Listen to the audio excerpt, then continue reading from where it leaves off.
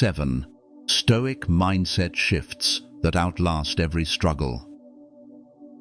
What if I told you that your greatest struggle, the one that keeps you awake at night, the one that fills your chest with fear, the one that makes you doubt whether you can keep moving forward, is not an enemy to destroy, but a teacher to embrace? Imagine that every storm you have endured, loss, rejection, failure, heartbreak, was never meant to break you, but to sharpen you. Imagine that within the pain you carry, there lies a seed of wisdom that only those who endure can ever discover. This is not fantasy, this is the Stoic truth. For centuries, men and women who walked through fire, war, and exile found that life's worst hardships did not defeat them, but transformed them. Marcus Aurelius, Emperor of Rome, wrote to himself not with pride, but with humility, that every obstacle was shaping his soul. Epictetus, born into slavery, declared that though chains could bind his body, no master could chain his mind. Seneca, betrayed and commanded to die by his own pupil, accepted death with composure that silenced even his enemies. These were not superhuman saints, but men who chose a way of thinking so clear, so unshakable, that struggle itself became fuel for their strength. And here you are, listening now, because you too are searching for that clarity. Perhaps you feel that the weight on your shoulders is unbearable. Perhaps your heart is tired of fighting battles no one else can see. Perhaps you wonder if peace is even possible in a world that seems designed to steal it from you. The Stoics would tell you, peace is not found in the world. It is forged in the mind. Struggles cannot be erased, but your response to them can be transformed. This is what I want to give you in this journey.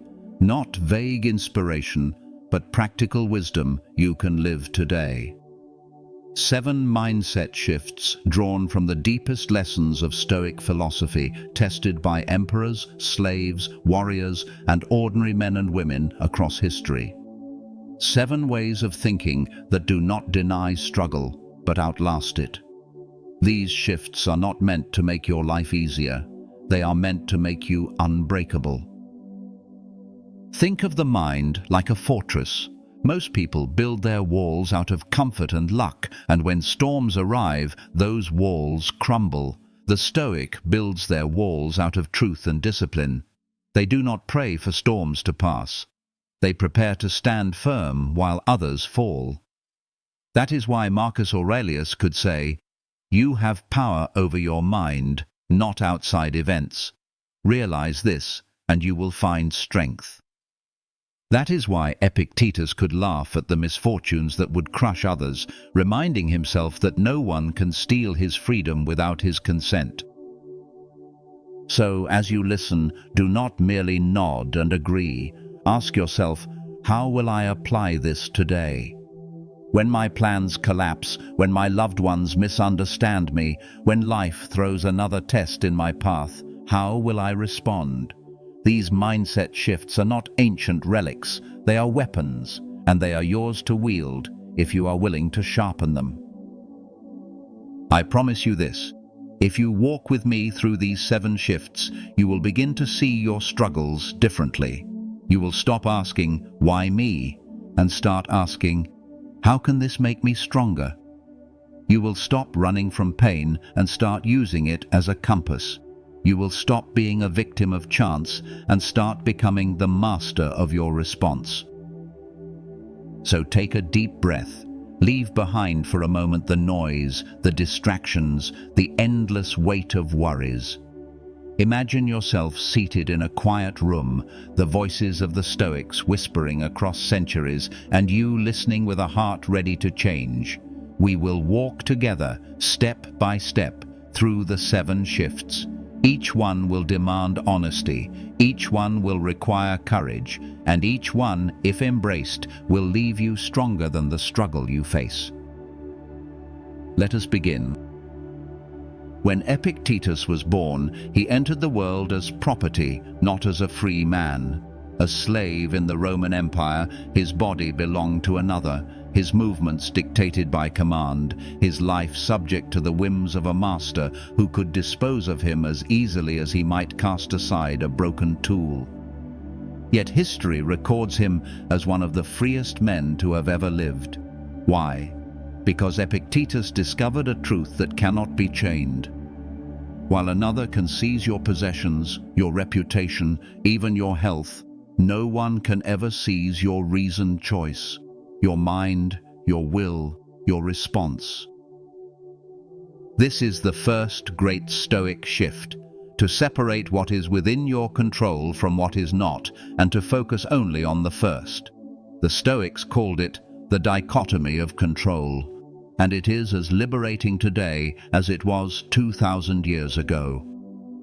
Consider how much of your energy each day is spent wrestling with things you cannot bend to your will.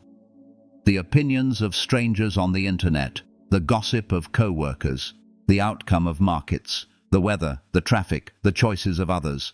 We rage, complain, worry, and collapse beneath these forces, as if shouting louder or clenching our fists tighter could make them obey. Yet none of these things belong to us. The Stoic asks, why exhaust yourself over what is beyond your command? If the storm rages, curse it not. It does not hear you. If another insults you, their tongue is theirs, not yours. If your body falls ill, fight where you can, but know that death and weakness are not in your choosing. What is in your power, and only in your power, is how you meet these things, with clarity, with courage, with reason. Think about your own life. How many moments of torment came not from reality, but from your refusal to accept reality? The plan changed, and you cursed. The flight was delayed, and you fumed. A friend failed you, and you replayed their words in your head until your heart ached. In each case, the world moved on its course, and you chose to resist with anger. But anger is not control. Anger is the illusion of control. True control comes when you calmly say, "This belongs to fate, not to me. I will not waste myself here." Let us practice. Each morning, take a sheet of paper and draw a line down the center. On the left, write what lies within your control, your judgments, your choices, your words, your actions. On the right, write what lies outside, other people's minds, the turn of fortune, the weather, the past, the future. As you go about your day, every time a frustration arises, return to your list. Where does it belong? If it belongs to you, act with courage. If it belongs to the world, let it go. This exercise is not weakness, it is strength. For the man who knows his battlefield is the man who wins. Marcus Aurelius, who ruled over the greatest empire of his age, still reminded himself, "You have power over your mind, not outside events. Realize this, and you will find strength." He commanded armies, yes, but he knew even an emperor cannot command fate. What he could command was his perception. Where others saw disaster, he saw an opportunity to practice patience. Where others cursed chance, he blessed the chance to live with virtue. There is a phrase the Stoics loved, amor fati, love of fate, not tolerance of fate, not reluctant acceptance of fate, love of it. To embrace what comes as if you yourself had chosen it. A broken plan is not misfortune, but training. A cruel word is not an attack, but a test of composure. Illness is not punishment, but a reminder of your mortal nature. When you love fate, you no longer live as its victim. You live as its partner. Perhaps right now you carry a burden that feels beyond bearing, a loss, a betrayal, a collapse of something you worked so hard to build. Ask yourself, what in this belongs to me? Can I choose my actions still? Can I choose the meaning I give to this? Can I choose to live today with courage, even if tomorrow remains uncertain? If the answer is yes, then you are still free, no matter the chains you feel around you. Epictetus once said, Freedom is not achieved by satisfying desire, but by eliminating desire. In truth, freedom is not in getting the world to obey you. Freedom is in no longer needing the world to obey you. When you shift your focus from what you cannot control to what you can, you stop being tossed like a ship in the storm, and you become the captain, steering with steady hand no matter how the sea roars. So remember this first shift. When life hurls at you what seems unfair, when others fail you, when fortune turns her back, pause and ask, is this mine to command? If it is, act. If it is not, let it go. In that moment, you will taste a freedom few ever discover. The chains of circumstance will fall away, and you will stand where Epictetus stood, outwardly bound perhaps, but inwardly unbreakable. When Marcus Aurelius sat at his writing desk in the dead of night, Rome was crumbling around him. A plague spread through the empire, taking countless lives. Borders strained under the pressure of invasions. Betrayal lurked even in the Senate. Yet in his private meditations, Marcus did not complain of fortune's cruelty. He wrote instead, "The impediment to action advances action. What stands in the way becomes the way." These are not the words of a man crushed by circumstances. These are the words of someone who has discovered a secret. Obstacles are not interruptions to the path. They are the path itself. Think about this for a moment. How often do you whisper to yourself, if only things were easier, I would finally succeed. If only people supported me, I would finally move forward. If only the road was smooth, I would finally run fast. Yet life never offers smooth roads. Life offers resistance, like a mountain against your climb. The Stoic says, stop waiting for the mountain to disappear. Climb it. The climb itself is what makes you strong. This is the second great Stoic shift, to reframe every obstacle as a teacher, every barrier as a bridge. Most people look at difficulties as curses, accidents that should not have happened. The Stoic looks at the same moment and asks, what can this teach me? How can this be used? To them, the obstacle is not the end of the journey. It is the training ground that prepares them for what comes next. Consider a soldier hardened by battle. His scars are not signs of weakness, but of survival. The struggle with the enemy sharpened his reflexes, tested his courage, and forged his endurance. Without the battle, he would remain untested, soft, and unready. In the same way, the challenges that press on you, your job loss, your heartbreak, your financial hardship, are forging your strength. They are chiseling your soul into something that can withstand storms that would otherwise shatter you. Let us make this practical. Suppose you lose your job. The first instinct is despair. I am ruined. I have failed. The world is against me. But the Stoic reframes.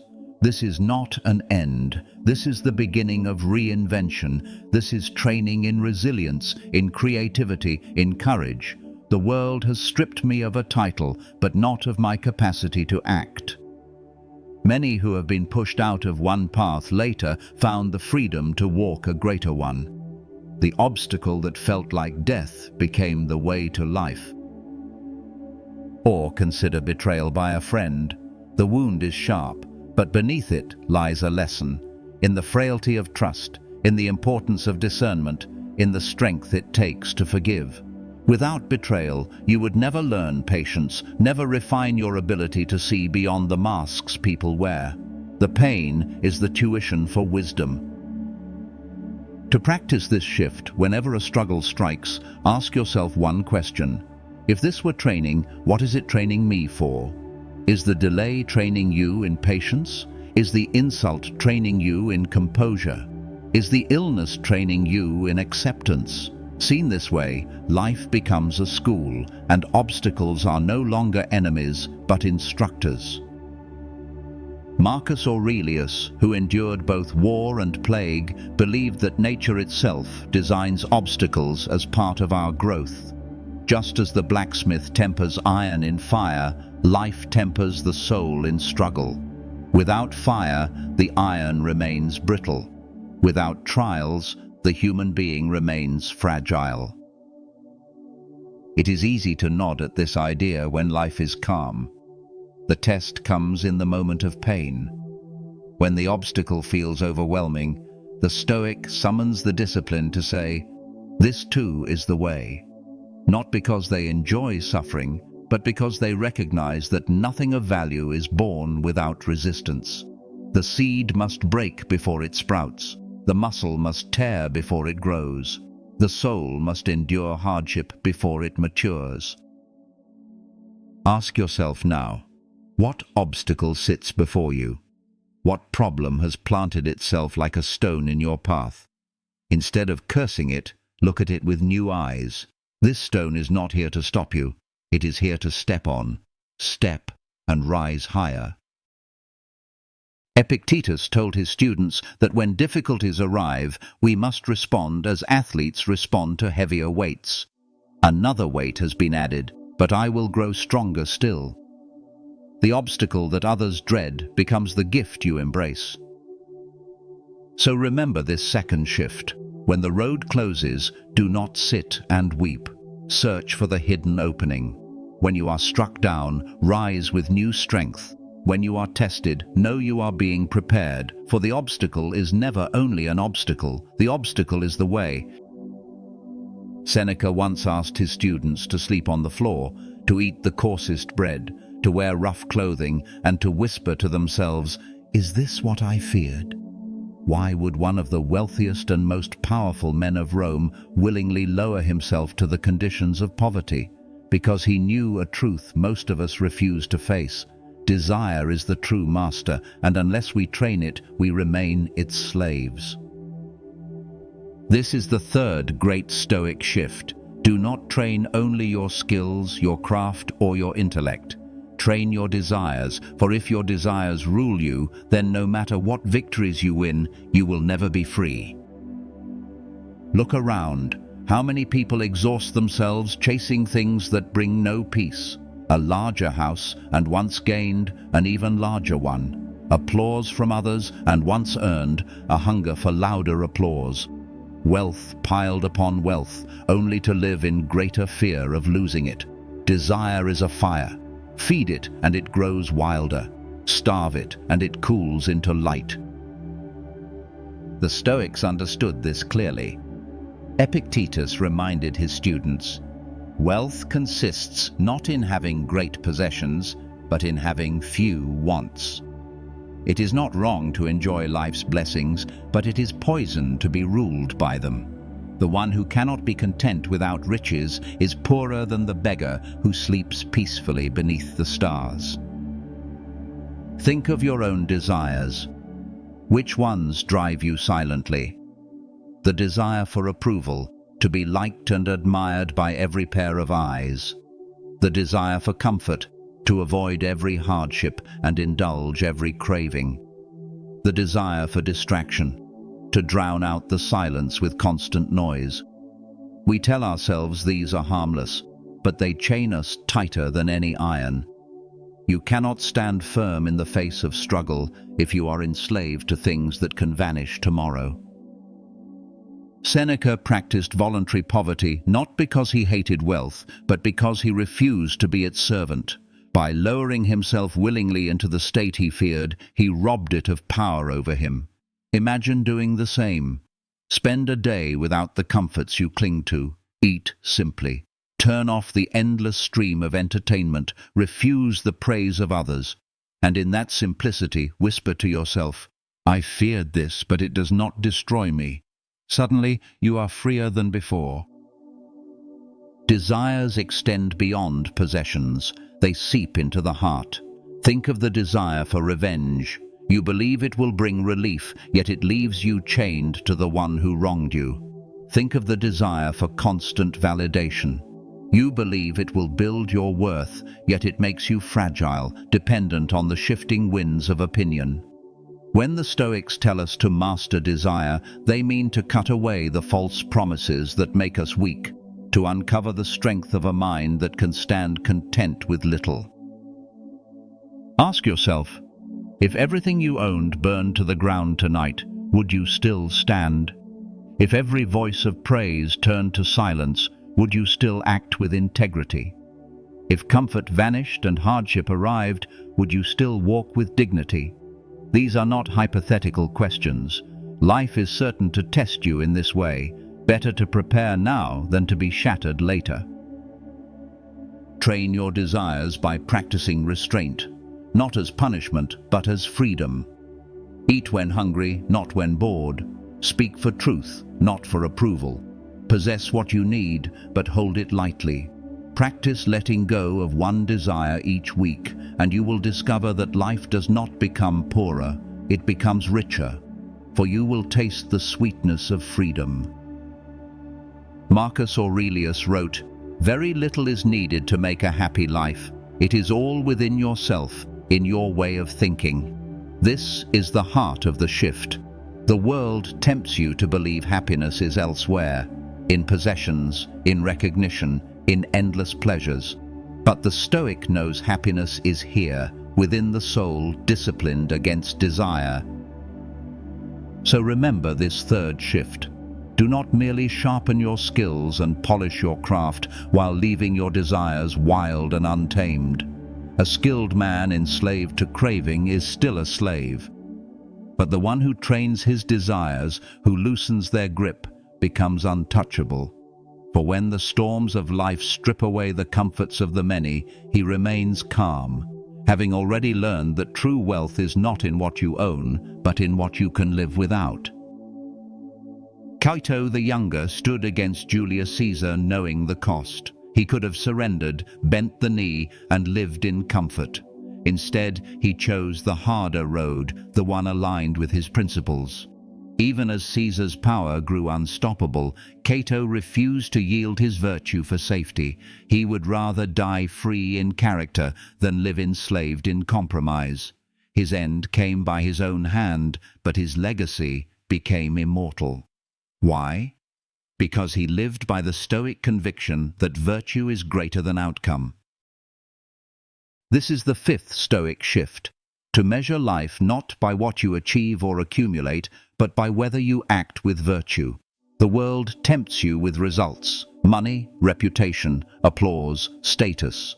But all these can vanish in a moment. They are not within your control. What remains forever yours is your character, your choices guided by wisdom, justice, courage, and temperance. Think of how often we betray ourselves for results. We lie to gain approval. We cut corners to gain wealth.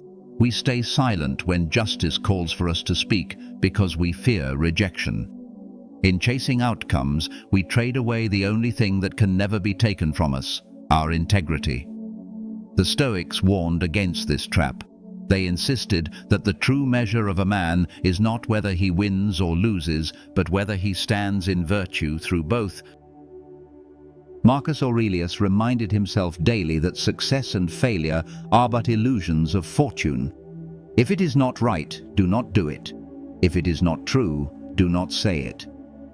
Simple words, yet they strike at the core. Life will press you to compromise. It will whisper that you can bend just a little, just this once, in order to gain what you want. The Stoic replies, no. Better to lose everything external than to lose myself. Consider the storms of your own life. Have you ever achieved something only to feel empty because you abandoned your principles along the way? Or perhaps you stood firm in a difficult choice, paid the price, and yet found within yourself a quiet peace no applause could match. That peace is the mark of a life lived by virtue. To practice this shift, make virtue the lens for every decision. Before you act, ask, is this wise? Is this just? Is this courageous? Is this temperate? If the answer is yes, proceed without fear of the outcome. If the answer is no, refuse, even if the outcome promises gold. In time, this becomes a compass more reliable than any external measure of success. Seneca wrote that virtue is sufficient for happiness. Imagine that. Happiness not dependent on luck, not fragile before fate, but grounded in the certainty that you have lived rightly. Fortune may strip you of wealth, but it cannot touch your honesty. Enemies may defame your name, but they cannot erase your courage. Death may end your days, but it cannot erase a life of justice. These are eternal. Perhaps you fear that living this way will leave you behind in a world chasing results. But remember, outcomes fade. The trophies gather dust, the applause dies, the fortune shifts. Only character endures. The men and women we admire most across history are not remembered for their possessions, but for their principles. Cato is remembered not for victory, but for virtue. Marcus is remembered not for conquest, but for wisdom. Ask yourself, what will outlast you? If your name is spoken 100 years from now, will it be because you were rich or because you were good? The choice is made in each small moment, each decision where you stand firm or surrender. So hold fast to this fifth shift.